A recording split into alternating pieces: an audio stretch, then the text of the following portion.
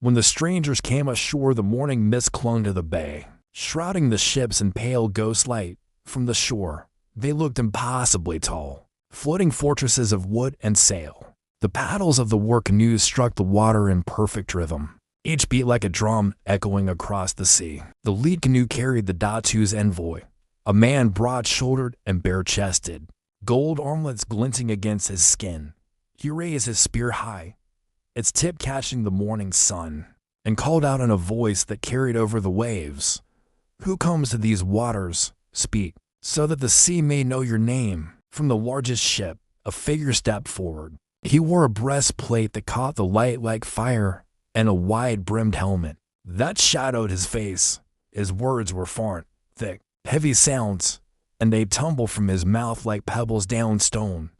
Behind him, another man, shorter but quicker of tongue, shouted in Malay, the dialect twisted but understood. "We are men of the great king of Castile. We come to trade and to spread the truth of our one God."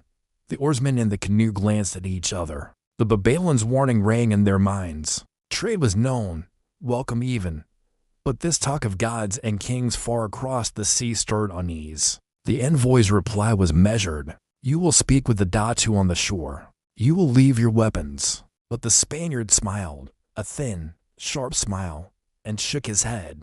"Our weapons do not leave our side." By midday, the Spaniards' small boats scraped onto the sand.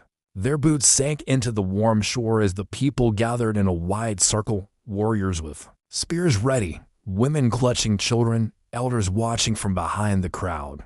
The meeting was brief, filled with polite words that had sharper intentions. Trinkets were exchanged, glass beads for woven cloth, iron nails for jars of oil.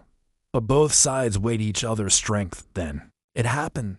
A young warrior, barely more than a boy, stepped close to one of the Spaniards, curiosity in his eyes. The Spaniard shoved him back.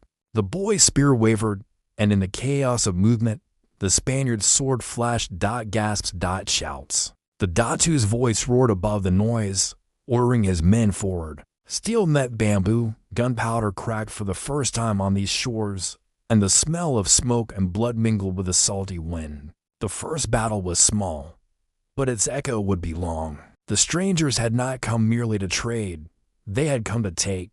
And from that day, the sea no longer brought only fish and wind, it brought war.